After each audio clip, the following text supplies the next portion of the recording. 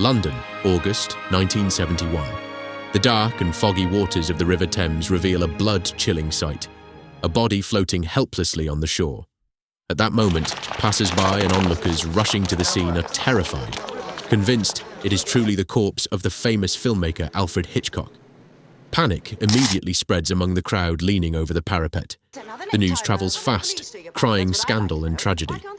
But while people rush in dismay along the bank, just a few feet away, a man in a dark jacket observes the scene while walking completely calmly, ready to reassure those present. I dare say you are wondering why I am floating around London like this. I am on the famous Thames River, investigating a murder.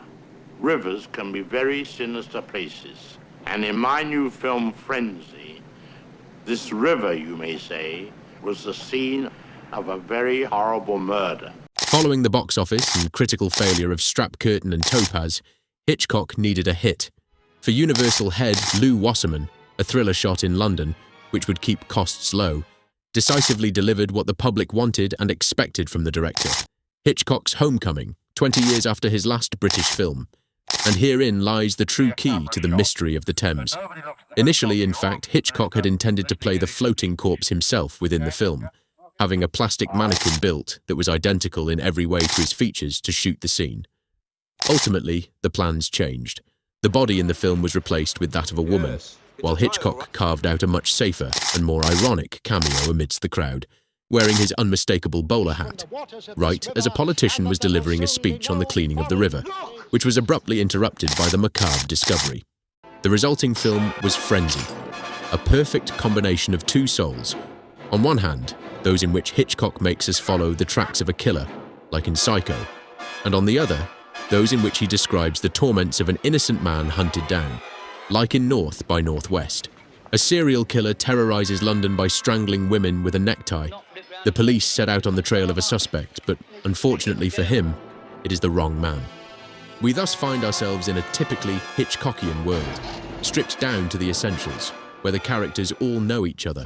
Every conversation invariably falls upon the murders in question, and the narrative is an intertwining of coincidences.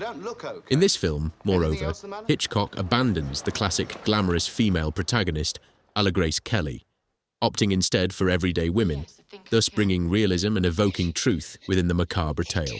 To launch the film in Great Britain, Hitchcock decided to use the discarded plastic mannequin from the main scene for a promotional teaser destined to become legendary, a concentration of pure black humor. Here is the scene of another horrible murder. This is the famous London wholesale fruit and vegetable market, Covent Garden.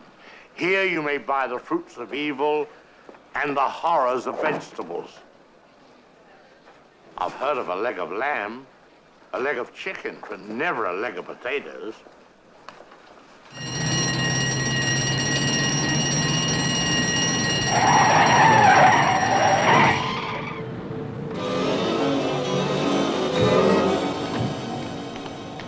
Here, what's wrong? Look, she's wearing my tie.